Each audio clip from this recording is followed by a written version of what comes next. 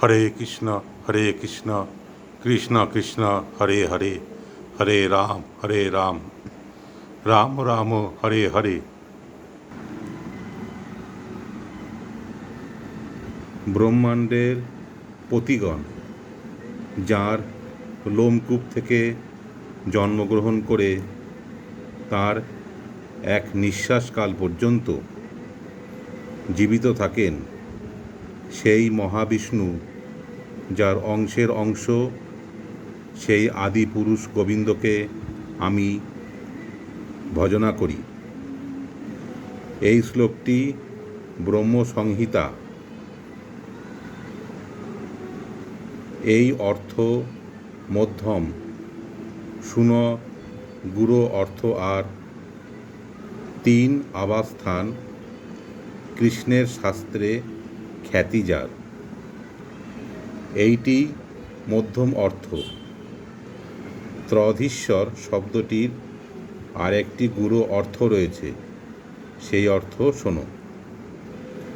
শ্রীকৃষ্ণের তিনটি আবাসস্থল রয়েছে যা শাস্ত্রে বর্ণনা করা হয়েছে। শ্রীকৃষ্ণের তিনটি আবাসস্থল অন্তরাবাস গোলক বৃন্দাবন, মধ্যমাবাস পরবম এবং বাহ্যাবাস জড়জগৎ।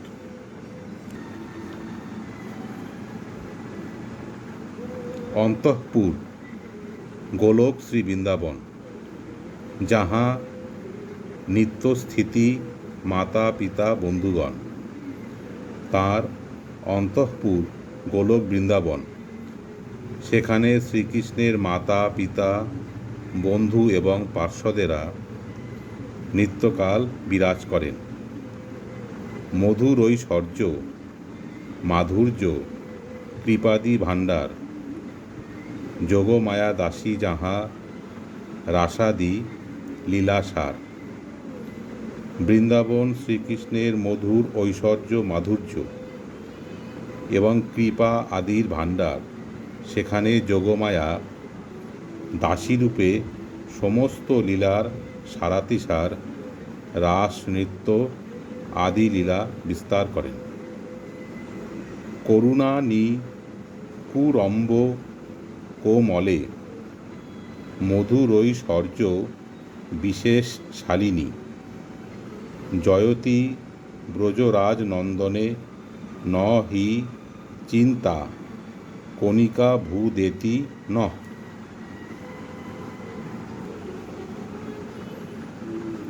করুণা সমূহের দ্বারা কোমল মধুর ঐশ্বর্যযুক্ত নন্দনন্দন শ্রীকৃষ্ণ জয়যুক্ত হওয়ায় আমাদের চিন্তা কণিকারও উদয় হয় না।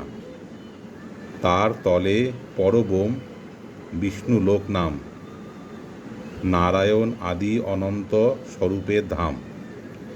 বৃন্দাবনের নিচে বিষ্ণুলোক নামক পরবম, সেখানে অসংখ্য বৈকুণ্ঠ লোকে নারায়ণ আদি শ্রীকৃষ্ণের অনন্ত স্বরূপ বিরাজ করেন। মধ্যম আবাস কৃষ্ণের ষড়ৈশ্বর্য ভাণ্ডার অনন্ত স্বরূপে যাহা করেন বিহার। সেই মধ্যমাবাস শ্রীকৃষ্ণের ষড়ৈশ্বর্যের ভাণ্ডার অসংখ্য স্বরূপে তিনি সেখানে লীলাবিলাস করেন।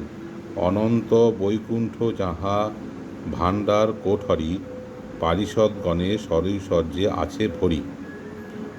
অনন্ত বৈকুণ্ঠ যা ভাণ্ডারের কক্ষের মতো, সেগুলি সমস্ত ঐশ্বর্যে পূর্ণ এবং সেখানে ভগবানের নিত্য পার্শ্বদেরাও ষড়ৈশ্বর্যপূর্ণ অবস্থায় বিরাজ করেন।